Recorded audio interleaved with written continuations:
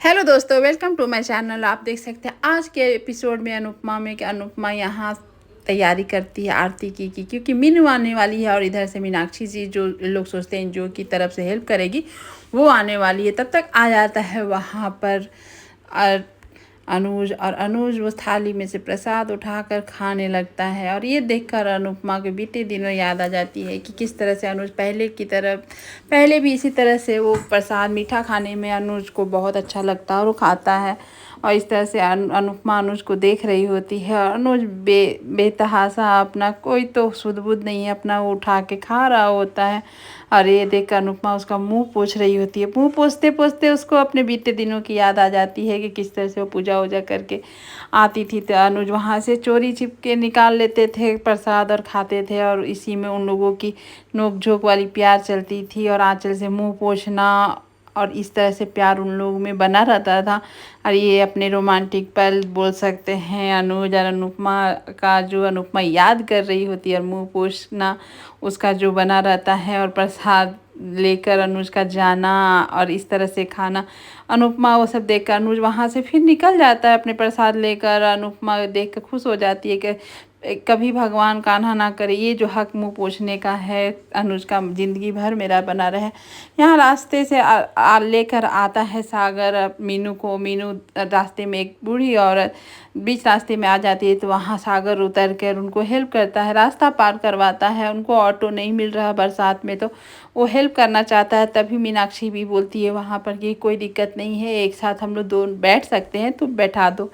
तो वहाँ पर सागर बैठा देता है और इस तरह से देखकर मीनू यानी मीनाक्षी को बहुत अच्छा लगता है कितना हेल्पफुल सागर है। और सागर में ही ऑटो में ही बैठकर जब बात करती हैं बूढ़ी बुजुर्ग औरत की, तुम मेरा वकील वाला काम कर दें, तो यहाँ पूछती तुम वकील भी हो, तो वो बताता है हाँ मैं वकील भी। देखकर बहुत उसको अच्छा लगता है मीनाक्षी को कि पढ़ता भी है साथ में ऑटो भी जाता है। तब तक मीनाक्षी रास्ते में आधे रास्ता गुलगप्पा को देखकर एकदम से एक्साइटमेंट हो जाती है और गुलगप्पा देखकर ऑटो रुकवा कर वहाँ गुलगप्पा खाने लगती है, जो सागर देखकर एकदम उसको फनी लगता है कि कैसे गुलगप्पा खा रही है। और यहाँ पर बाप परेशान हैं और सबको परेशान की हुई हैं कि मीनू आने वाली, मीनू आनी है, चाहे घुटने में दर्द हो। यहाँ बलराज बोलता है आपको घुटने में दर्द, आराम से बैठ जाइए, मीनू आ रही, इतना एक्साइटमेंट। यहाँ पर बाप बोलती है जब तुम्हारा अंश चला जाएगा बाहर ना, तब तुमको पता चलेगा नाती पोते नहीं रहने से कैसा लगता है, इसलिए मुझे मेरा वो एक्साइटमेंट तुम नहीं समझ सकते हो। यहाँ पर टीटू देख रहा होता है डिम्पी को इस सब चीज़ से कोई मतलब नहीं होता है। और यहाँ पर बा बताती है कि जिस तरह से पोते पोती जान होते हैं, अपने ताज होते हैं, उसी तरह से नाती नतनी रत्न हीरा होते हैं हमारे लिए। और यहाँ पर टीटू आकर डिम्पी को बोलता तुम कहाँ जा रही, तो ये डिम्पी बोलती है कि मैं जा रही हूँ दोस्तों से मिलने, कैफ़े में कॉफ़ी पीने, तुम भी चलना है तो चलो अच्छा लगेगा। यहाँ टीटू बोल रहा चलेंगे लेकिन मीनू आ रही है तो मीनू को आने दो तब जाना। तो यहाँ पर बोलती मीनू तो अब यहीं रहेगी तो हमको जाने से क्या मतलब है, बाद में आकर मिल लूँगी। यहाँ टीटू बोलता है कि ऐसा मत करो, मीनू आ जाएगी, हम लोग भी बहुत दिनों से रोमांटिक दिन नहीं या बिताए हैं डिम्पी, तो एक साथ हम लोग बिताएंगे, पैदल घूमेंगे, पानी में भीगेंगे और भुट्टा खाएंगे, टपरी का चाय पियेंगे। ये सब वो बात करके याद कर रहा था कि बीते दिन हम लोग कैसे करते थे। यहाँ पर तो डिम्पी इतनी महारानी मतलब कि अमीर हो चुकी हैं, बोलती हैं बाहर का खाएंगे, हाइजीन हो जाएगा रोड का खाकर, हम तो 5 स्टार होटल का ही खाएंगे, गाड़ी है तो क्यों पैदल जाएंगे। इस तरह से टीटू बोलता पहले तो खा देते थे तो कोई बीमार नहीं होते थे, आज पैसे आ गए तो हम लोग बीमार हो गए। इस तरह का सोच कैसे रखी हो, ऐसा मत सोचो और मीनू को आने दो तो हम लोग चलेंगे। यहाँ पर डिम्पी नहीं मानती वो बात। उसके बाद भी यहाँ टीटू उसको समझाता छोड़ो हटाओ मत, तुम चिंता करो, चलो जो बोल रही सही है, लेकिन मैं तुमसे एक बात कहना चाहता हूँ, बहुत दिनों से मैं सोच रहा था। तो यहाँ पर बताता है कि मुझे और एक बेटी चाहिए, जो कि मुझे चाहिए बेटी होना, देखना मुझे बहुत अच्छा लगता है बेटी को, अपना बेटी मेरे पास रहे अच्छा लगेगा, मुझे बेटी एक चाहिए। ये सुनकर डिम्पी बहुत ये हो जाती है, हाइपर हो जाती है, बोलती मैं और बच्चा करूँगी, तुम क्या अंश को सौतेला भाई बहन देना चाहते हो, मेरा अंश इनसिक्योर हो जाएगा तो मैं नहीं करूँगी। यहाँ पर टीटू बोलता है तुम अंश को लेकर बहाना मत करो, तुम चाहती हो नहीं बनूंगी मम्मी और तुम्हारा बाहर जाना घूमना फिरना ये सब बंद हो जाएगा, इसलिए तुम ऐसा बात करियो वो, और ये सब बोलता है। और ये इधर देखते हैं कि नंदिता अपनी बेटी को सुला रही होती है, तभी कोई चोरी छिपे उसको देख रहा होता है, कोई होता नहीं है, उसी का हस्बैंड रहता है जो अपनी बेटी को पैदा होने से पहले मारना चाहता था, उसी से बचने के लिए अनुपमा के पास आकर रहती है और वो सुलाती है और अपनी बेटी के से बात भी करती है। तभी वहाँ से चली जाती है तो आता है अचानक और आकर गोदी में उठाकर बच्चा को लेकर भागने लगता है। देख लेती है फिर नंदिता रोकने की कोशिश करती है, नहीं रुकता तो चिल्ला चिल्ला के सबको बुला लेती है, इकट्ठा कर लेती है आशा भवन में और आ जाती है अनुपमा। तब भी वो भाग जाता है। जब तक दौड़े सभी तभी बाहर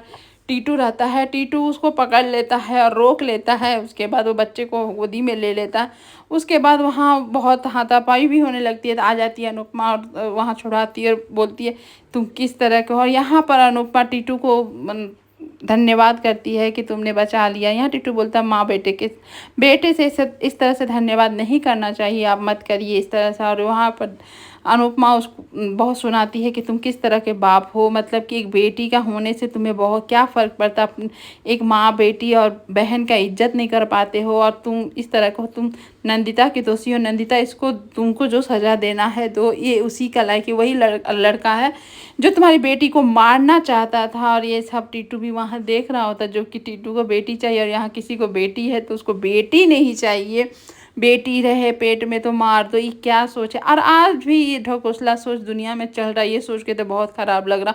वो बोलता है बेटी अभिशाप होती है, बेटी को पैदा नहीं करना चाहिए, बेटी को मार देना चाहिए, बेटी हमारे लिए कलंक होती है। ये सुनकर नंदिता एक थप्पड़ मारती है वहीं जड़ के बढ़िया से। और ये काम करना चाहिए हर एक औरत को कि लड़का हो या लड़की दोनों हमारे लिए बराबर होना चाहिए, कोई बड़ा और कोई छोटा नहीं होता है। आजकल के फील्ड में लड़की ही आगे है लड़कों से। और ये सब कर अनुपमा उसको संभालती है, रोती है, डरती है। अनुपमा पति लड़ाई शुरू कर लड़ाई में डर लगता है, लेकिन माँ कभी डर नहीं सकती है। और यहाँ टीटू को इस तरह से देखकर अनुपमा उससे इशारे में पूछती है, लेकिन वहाँ पर टीटू कुछ नहीं बोलता है और वहाँ से वो चला जाता है। लेकिन अनुपमा समझ जाती है कि कोई बात ज़रूर है जो टीटू छिपा रहा होता है, लेकिन टीटू अपना कोई बात नहीं बताता है। और यहाँ अनुपमा चुपचाप रहती है।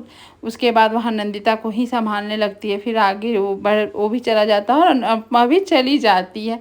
लेकिन टीटू क्या ही बताए कि डिम्पी का क्या हाल है। वो अनुपमा से भी तो छिपे हुए नहीं है, वो भी कुछ समझती ही है। लेकिन फिर उसके बाद वहाँ आ जाती है मीनू यानी मीनाक्षी को देख आरती की थाली मंगाती है अनुपमा की, मीनाक्षी जी आ गई हैं तो उनका स्वागत किया जाए। और वहाँ हाथ जोड़ के खड़ी रहती है। तब तक मीनाक्षी देखती है अपनी अनुपमा मामी को देखकर वो जोर से चिल्लाती है मामी। और मामी वहाँ देख लेती है भाभी अपने घर से कि अरे आ गई है मेरी मीनू, जाओ आरती की थाली लाओ, ये लाओ, बहुत खुश हो जाती है। यहाँ मीनाक्षी देखकर अनुपमा को एकदम सकबक हो जाती है और मामी कहकर चिल्लाती है। जब तक अनुपमा भी एकदम से ये हो जाती कि ये मीनू है इतनी बड़ी, कोई अचानक से देखेगा तो छोटी से बड़ी, तो एकदम अनुपमा देखकर आश्चर्य हो जाती है, आँख में आंसू भर जाते हैं उसके कि ये हमारी मीनू है जो हमारा आंचल पकड़ के एनी टाइम घूमते रहती है। और मीनाक्षी मामी बोलकर जोर से गले लगने के लिए अनुपमा के पास आ जाती है और जोर से गले लगती है अनुपमा को और मामी मामी करके रोने लगती है कि मामी आप कहाँ चले गए थे, क्यों हमको छोड़ दिए थे ऐसे। यहाँ अनुपमा बहुत खुश होती है इस तरह से।